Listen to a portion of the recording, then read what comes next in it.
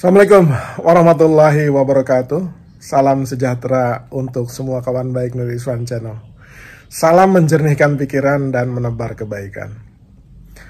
Kawan baik, diskusi hangat di tingkat elit maupun di tingkat lapangan, terutama para peminat politik dan negara, itu tak henti-hentinya kaget dengan kenekatan Pak Jokowi yang akhirnya merestui dan memberikan dukungan, bahkan mengendorse ya Gibran Rakabuming Raka. Ini adalah salah satu puncak skenario dari pihak-pihak yang mencoba untuk menyusun puzzle politik pemilu 2024 dan Pilpres 2024. Jadi setelah maraton panjang tentang penjajakan koalisi, itu akhirnya berujung pada 3 pasangan. Yang paling menghebohkan adalah ketika MK memuluskan jalan untuk Gibran Rakabuming Raka, putra Jokowi, itu menjadi cawapres. Hingga hari ini perdebatan itu masih terus berlangsung dan kita akan melihat babak-babak menegangkan, injury time politik, bagaimana nasib Gibran Rakabuming Raka. Nah, kalau kita evaluasi ke belakang ya, kenapa skenario ini terkesan mengagetkan?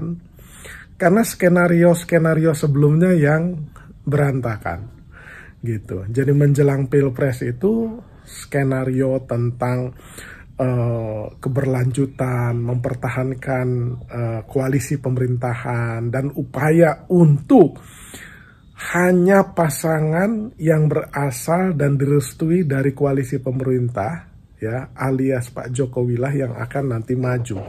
Jadi awalnya itu ya disiapkan skenario hanya ada 2 pasangan yang dua-duanya itu adalah istilahnya calon yang dipersiapkan oleh Pak Jokowi dan koalisi pemerintah.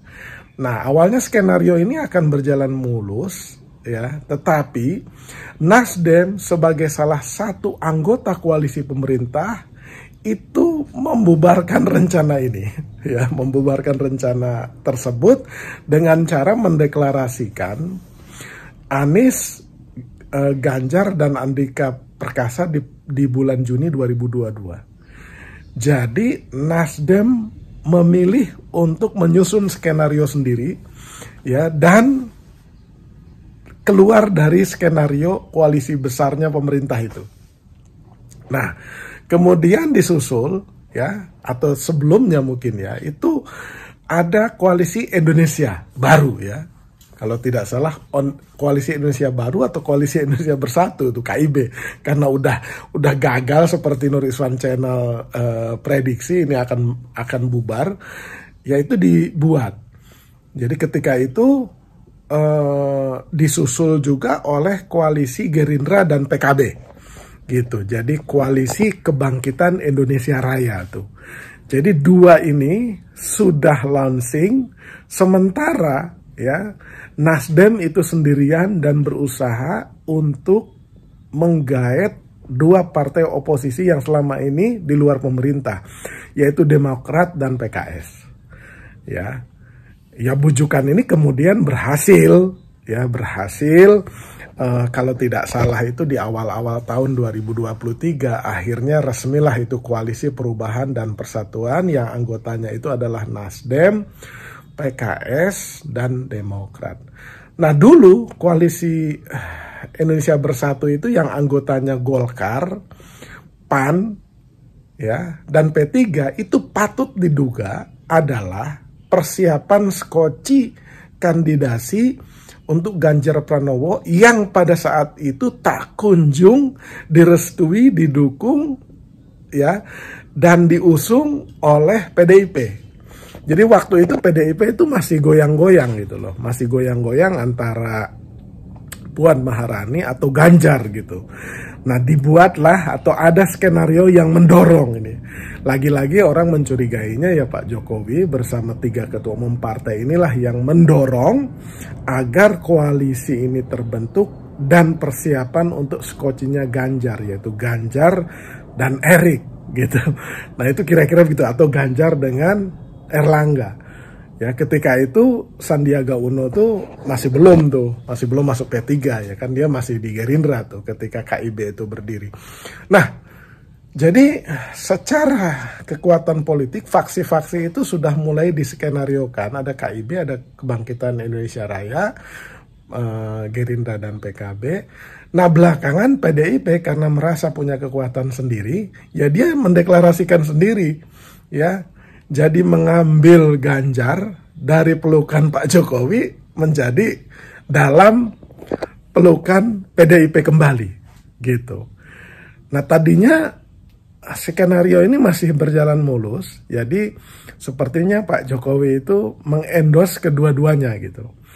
Jadi berkali-kali pertemuan mereka tuh bertiga keliling, diajak dalam rangka dinas, peninjauan dan lain sebagainya. Ya, semua orang yang paham di dalam dunia politik itu adalah endorsement habis-habisan Pak Jokowi kepada 2 calon ini. Sementara Mas Anies itu diasingkan, tidak pernah diajak atau di dalam satu acara diajak makan siang, ya baru kemarin itu ya kan.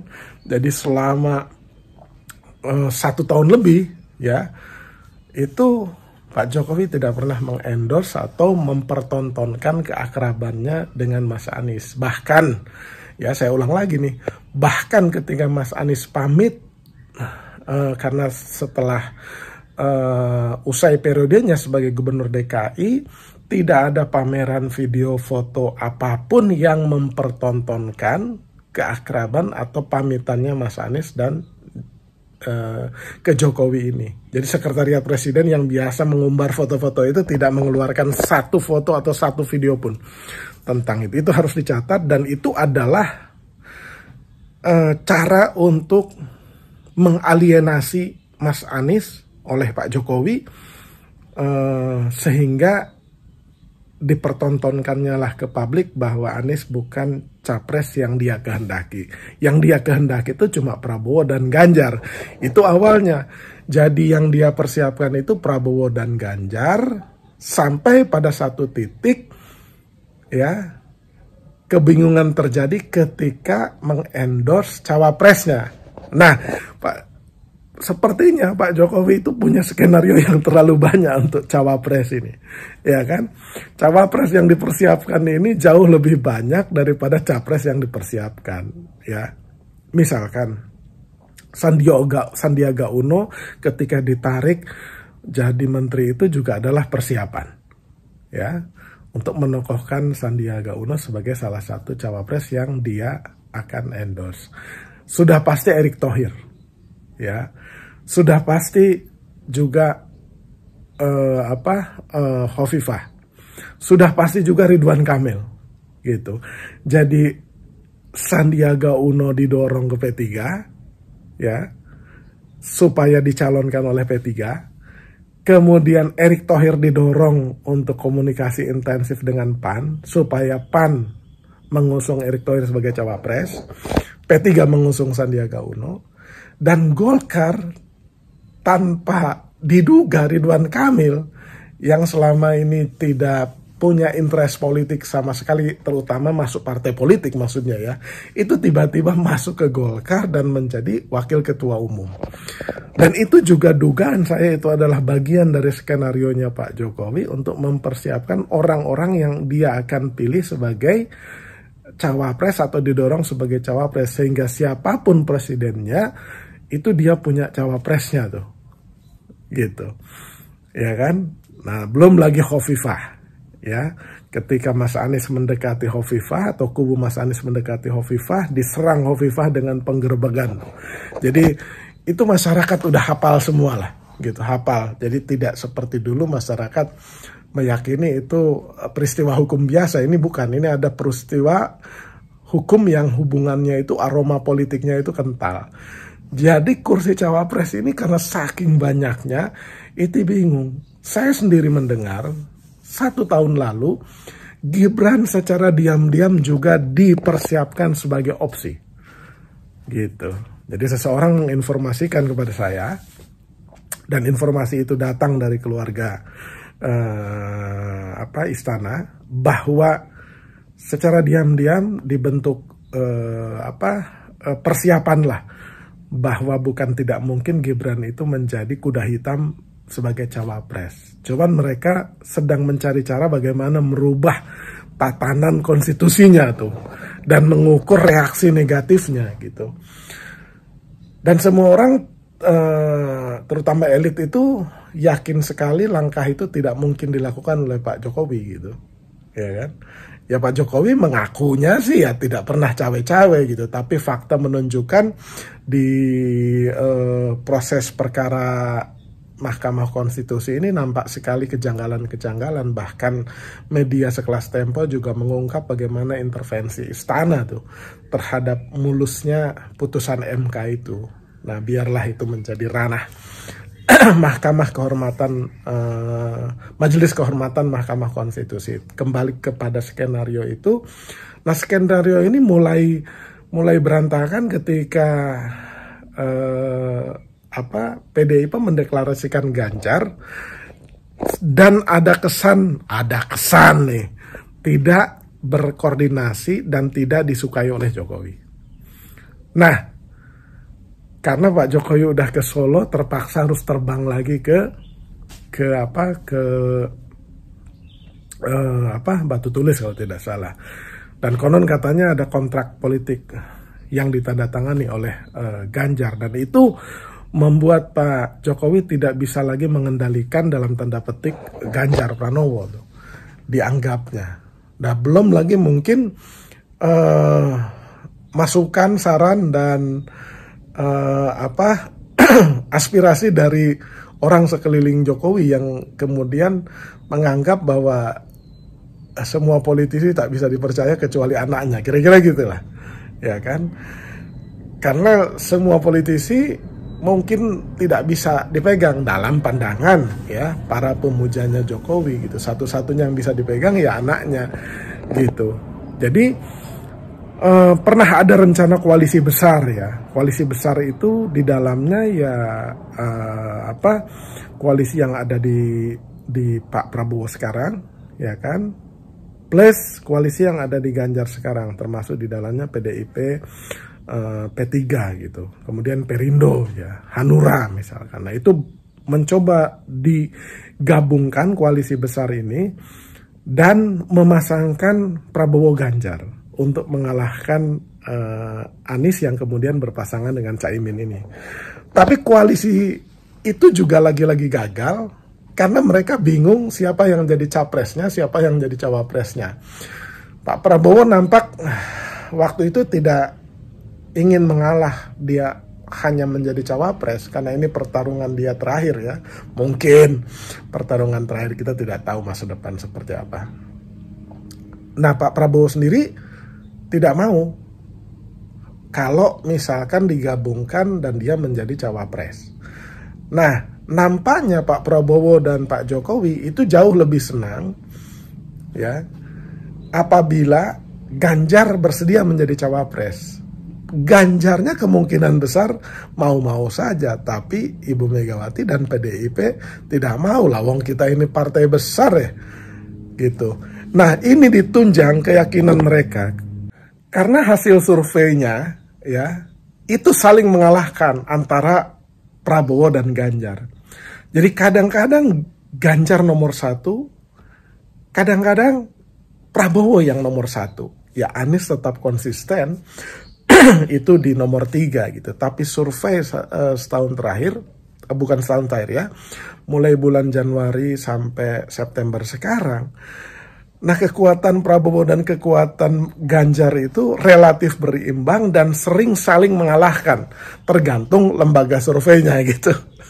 Tetapi kalau misalkan kita lihat lembaga survei yang punya reputasi, ya posisi Ganjar dan Prabowo itu seling bertukar tempat gitu, nomor 1, nomor 2, dan itu membingungkan ya elit politik di koalisi capres-capres ini. Jadi siapa yang harus mengalah? Lawang saya masih punya potensi untuk menang kok, gitu. Misalkan kata Ganjar dan para pendukungnya serta Bu Megawati misalkan. Kita ini partai pemenang, ya kan, dengan jumlah kursi suara terbanyak.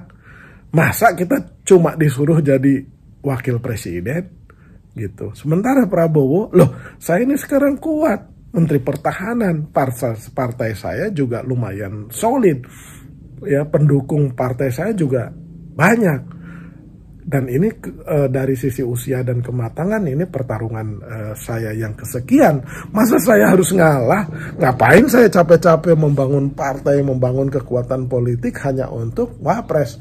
Kalau begitu kenapa nggak dari kemarin-kemarin aja? Jadi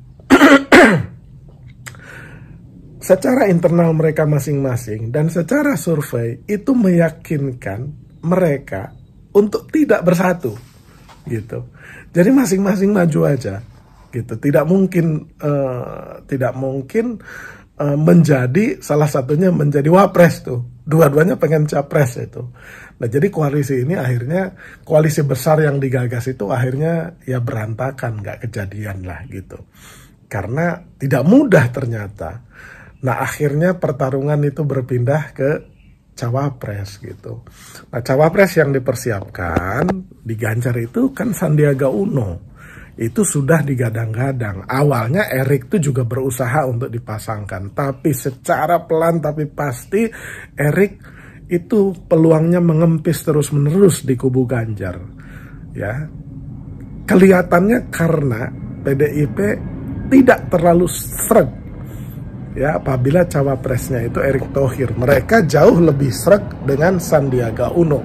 Tetapi karena kemungkinan Sandiaga Uno dan Erick Thohir ini juga sepertinya sama-sama dipersiapkan oleh Pak Jokowi, PDIP jadi kurang sreg juga. Karena dianggap bagian dari skenarionya Jokowi. Jadi mereka ingin keluar dari skenario Jokowi dengan memilih siapa? Awalnya Nazarudin, imam besar Istiqlal itu. Atau kemudian Miftahul Akhyar, Pak Kiai dari NU itu. Nah tapi kemudian sempat juga akan ada breaking news, kata Ridwan Kamil. Karena kemungkinan besar dipasangkan dengan Ridwan Kamil dengan pertimbangan mengambil suara Jawa Barat dan suara milenial lah. Karena pengikut Ridwan Kamil itu 20-an juta lebih lah di Instagram. Jadi parameter itu diambil, plus figur Ridwan Kamil itu satu klaster lah dengan kekuatan figurnya Mas Anies. Jadi mencuatlah itu Ridwan Kamil sebagai calon, ya, bakal calon wapresnya Ganjar. Tetapi karena konon Kang Emil itu tidak mampu menjaga rahasia dan mengumumkan sendiri bahwa akan ada breaking news, ya Ibu sepertinya karena didahului ya Bu Mega dan PDIP ya kurang sreg gitu, dan kemudian Ridwan Kamil dicoret dari kandidat Ganjar. Jadi kembali akhirnya menguat Sandiaga Uno satu-satunya yang ada di situ gitu. Tapi lagi-lagi karena Sandiaga Uno itu dianggap representasinya Jokowi dan secara elektoral juga dianggap kurang kuat, maka ketika Caimin menjadi cawapresnya Mas Anies, maka dicari figur yang memang berasal murni dianggap secara kultural itu Jawa Timur dan Nahdliyin loh, untuk mempertebal suara Ganjar di kawasan itu. Nah kebetulan Pak Mahfud dalam beberapa kali momen-momen dan peristiwa politik dan hukum di negara ini tuh sorotan kamera dan media massa itu ke dia semua ya. Jadi secara figur ia kuat dan itu memberi peluang kepadanya untuk diambil sebagai cawapresnya Ganjar tuh, gitu. Jadi dan ia pasti bisa amat sangat independen dan tidak berada dalam pelukan pengaruhnya Pak Jokowi itu sudah pasti gitu. Jadi anggapan PDIP dan Bu Mega itu Mahfud itu bukan representasinya Pak Jokowi walaupun Menko Polhukam. Jadi akhirnya bergabunglah Ganjar dan Pak Mahfud ini. Jadi skenario menjadi semakin pelik, dan satu-satunya yang makin bingung ya kubunya Pak Prabowo, termasuk Pak Prabowo sendiri yang sudah tadinya mempersiapkan Caimin sebagai cawapres, kemudian ditinggalkan karena terlalu lama, dan Caimin juga sudah punya kesimpulan bahwa ia tidak akan dipilih menjadi cawapresnya Prabowo tuh. Jadi untuk apa bertahan lama di situ kalau cuma PKB dan Nahdli ini itu dimanfaatkan oleh Pak Prabowo tanpa diberikan peran signifikan sebagai wapres gitu. Nah ini akhirnya membuat pusing kepalanya koalisi Indonesia Maju nih.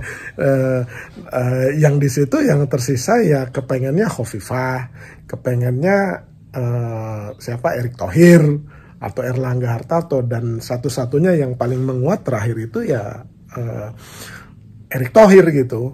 Tapi last minute ya kan ada perubahan, sepertinya Pak Jokowi ya habis-habisan mengendorse Gibran gitu, sehingga Pak Prabowo tuh ya agak sepertinya agak menunda-nunda ya deklarasi pasca putusan itu, karena reaksi negatif yang juga sudah ia perhitungkan dan memang nyata terjadi ketika Gibran dipasangkan dengan Prabowo, terjadi migrasi para pendukung gitu. Karena ini soal rasa, jadi akhirnya orang beranggapan wah Pak Jokowi ingin menjadi the real presiden untuk 5 tahun lagi setidaknya, dan bisa 10 tahun mendatang karena ada Gibran di situ. Jadi ini adalah kelanjutan dari skenarionya Pak Jokowi untuk 3 periode dan 4 periode lah, kira-kira begitu. Cuman casingnya ya Gibran gitu. Jadi itulah akhirnya skenario-skenario itu menjadi berantakan dan berujung seperti sekarang ini. Dan kenapa seperti itu? Ya karena setiap elit, setiap tokohnya ya punya kepentingan masing-masing gitu. Jadi Bu Mega dengan PDIP bersama rombongannya ya punya kepentingan untuk memenangkan Ganjar dan Mahfud. Yang kubu yang lain juga sama ya kan, punya kepentingan. Pak Jokowi kepentingannya ya dia ingin terus punya pengaruh di dalam kekuasaan dan kepresiden berikutnya, ya satu-satunya cara, karena ia menganggap tidak lagi mempercayai yang lain, ya mendingan anak gue aja deh, kira-kira gitu. Walaupun dengan menabrak konstitusi, dengan merubah secara radikal batasan usia, dan caranya itu terungkap memang agak janggal dan problematik gitu. Jadi itulah mengapa skenario Pilpres itu terjadi seperti sekarang, dan nampaknya feeling saya sih skenario ini belum akan berakhir gitu. Jadi akan ada kejutan-kejutan berikutnya. Demikian kawan baik. Terima kasih.